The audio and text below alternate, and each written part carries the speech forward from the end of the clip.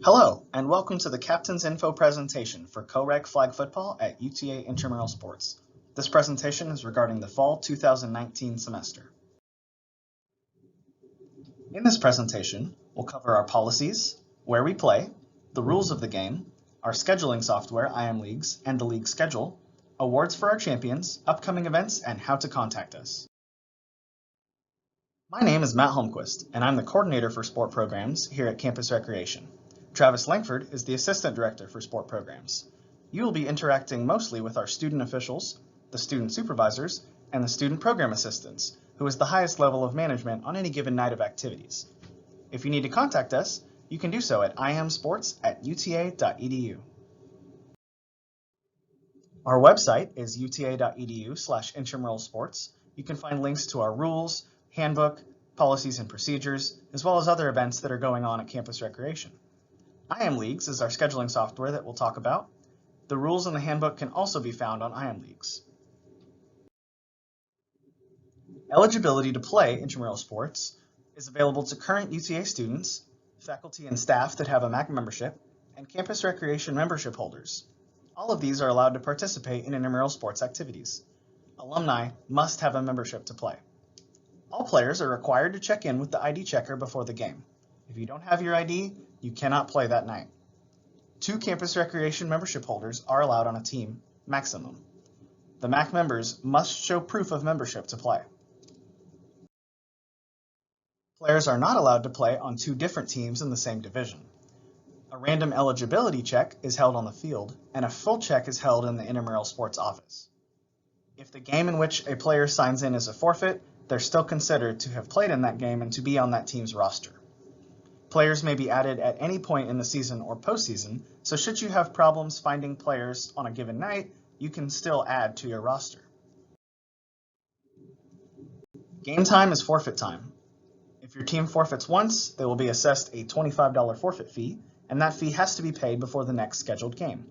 If a team forfeits twice, they will be charged another forfeit fee, but will be ineligible for the playoffs. If the fee goes unpaid, the team will be dropped from the league altogether. Players will not be allowed to switch teams after the second week of the season. If they choose to do so before the second week, they have to sit out a minimum of 1 week as a waiver wire transfer penalty between teams. Our sportsmanship system is as follows. Teams will be awarded a sportsmanship grade for each game based on their conduct. A 4.0 or an A is above and beyond conduct and sportsmanship. Good conduct and sportsmanship will be assigned a B or a 3. Average conduct and sportsmanship is a 2, below average conduct and sportsmanship is a 1, and an F, or 0 points, is poor conduct and sportsmanship. Teams must maintain a 2.5 average in order to be eligible for playoffs. And once in the playoffs, a team must maintain that 2.5 average in order to remain in the playoffs. The way our structure works in the playoffs is that every team makes the playoffs, except for those that don't qualify because of sportsmanship or forfeit. Unsportsmanlike conduct during a game results in penalties, flags, or cautions, potentially an ejection, which might lead to a suspension, a judicial hearing, or dismissal from school in the most severe cases.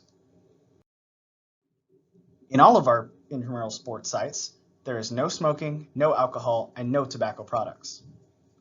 All intramural sports participants play at their own risk. However, the Department of Campus Recreation encourages all participants to have medical insurance in case of injury. Every team makes the playoffs, except for teams that have 2 or more forfeits, or teams that default or forfeit greater than a combined 50% of their scheduled games, or any teams with less than a 2.5 sportsmanship average. If there are enough teams, there will be 2 divisions, a competitive bracket with teams that have a win-loss record above 500, and teams that have a win-loss record below 500 will go into the recreational bracket. During playoffs, the scheduling is done online, and the priority of selection has to do with the standings, the seed during the regular season.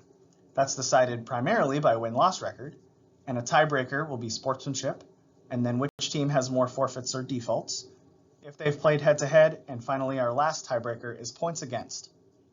Unfortunately, it is impossible to ensure that every team plays at their usual time, so be prepared to play on a date time that is not unusual. We don't reschedule games. Remember, you can still add players all the way through the championship game. We play at the Campus Recreation Fields Complex. If you search intramural fields in Google Maps, it'll take you right there. It's at the intersection of Mitchell and Fielder, and you must have your ID to enter at all times, no exceptions. There's no alcohol allowed, no tobacco, no smoking or vaping, but pets are allowed at the Campus Recreation Fields Complex. Let's go over some of the rules of the game. Teams must have jerseys that match, and all of those jerseys have to have a number, and you can't use orange. If you don't have jerseys, we have jerseys for you to borrow at the fields. All players must wear athletic shoes. This means no bare feet, flip-flops, metal cleats, or boots. Unsportsmanlike conduct penalties will be issued if you're wearing metal spikes, and players are ejected if you injure someone with metal spikes. No jewelry is allowed whatsoever for intramural sports play. To play football, all players must have shorts that are made without pockets to play. These pockets cannot be taped, they cannot be turned inside out, and they cannot have a zipper on them. The shorts must not have pockets to play. Shirts have to be tucked in, and flags have to be worn on hips and the backside.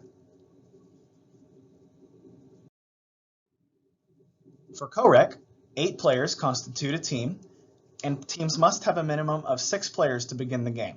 You can have a minimum of 2 of each gender and a maximum of 4. Overtime, in the regular season, simply just ends the game. In the postseason, we will play in overtime, similar to the NCAA overtime rules.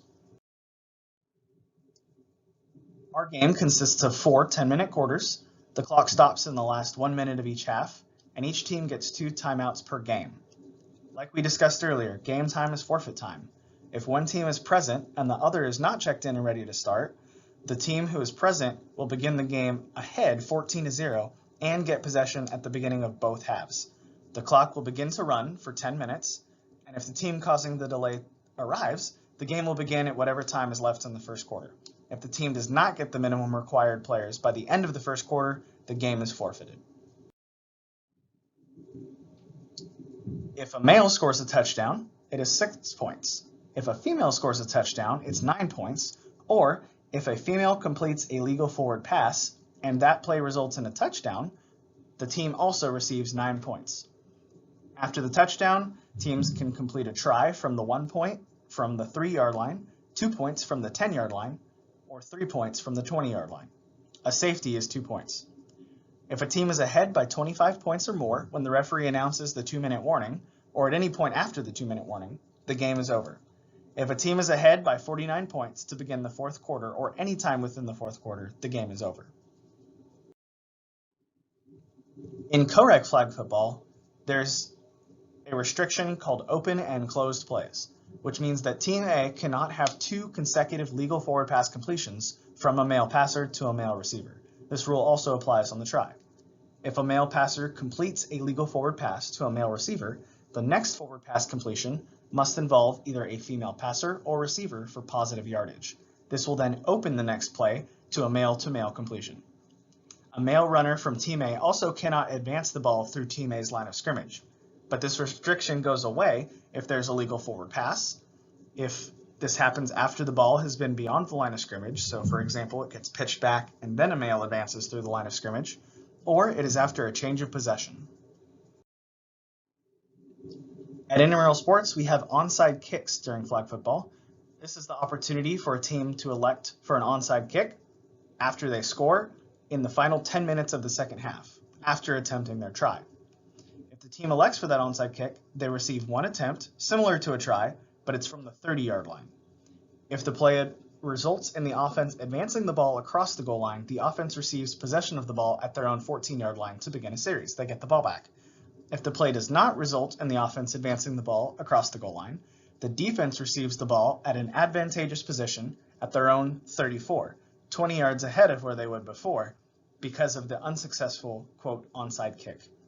All penalties will be enforced as if they occurred during a before and after try, and the clock will also operate as if this play is a try. A change of possession on a try causes the ball to become dead. Teams will play 2 games per week, and we will notify all players via IM Leagues if the game is canceled due to weather. We will also post on our social media sites, so make sure to follow us on Twitter at UTA IM Sports.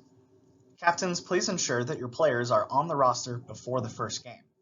Because new this fall, intramural sports staff will not be adding players to the roster on site. They may assist captains if there are any questions, but it is solely the responsibility of the captain to add or approve roster additions. Staff will not manually add players to rosters on site. The awards for champions include a t-shirt for the competitive division champions and a wing party. For the t-shirt, a player must play in at least 2 games, including the playoffs, to be eligible for their t-shirt. If a player misses the championship game, but they played in 2 games throughout the season and playoffs, they can come into the intramural sports office to pick up their shirt as late as the end of the semester.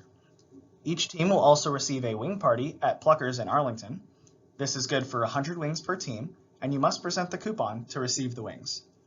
Even though you're receiving 100 free wings, you're still being served by the staff, so please tip them as if you were ordering 100 wings. You must use this coupon before the end of the semester, which is defined as the Friday after graduation. Some upcoming events you might want to be aware of. 2v2 sand volleyball, registration ends on September 3rd. Outdoor soccer, registration ends on the 9th. We have kickball, men's and women's flag football, volleyball, and 3v3 basketball. As you realized with co-rec flag football, time slots are first come, first served, so the sooner you sign up for these, the sooner you guarantee that your team gets to play in the division and time slot that they desire. Another big event that we have coming up is Oozeball, voted the #1 tradition here on campus. Sign up for that at uta.edu/oozeball.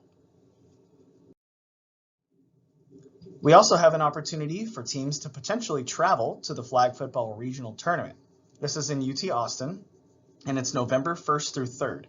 You're always guaranteed at least 3 games, and UTA will reimburse your registration if you are the champion within your league on the UTA campus, with certain conditions.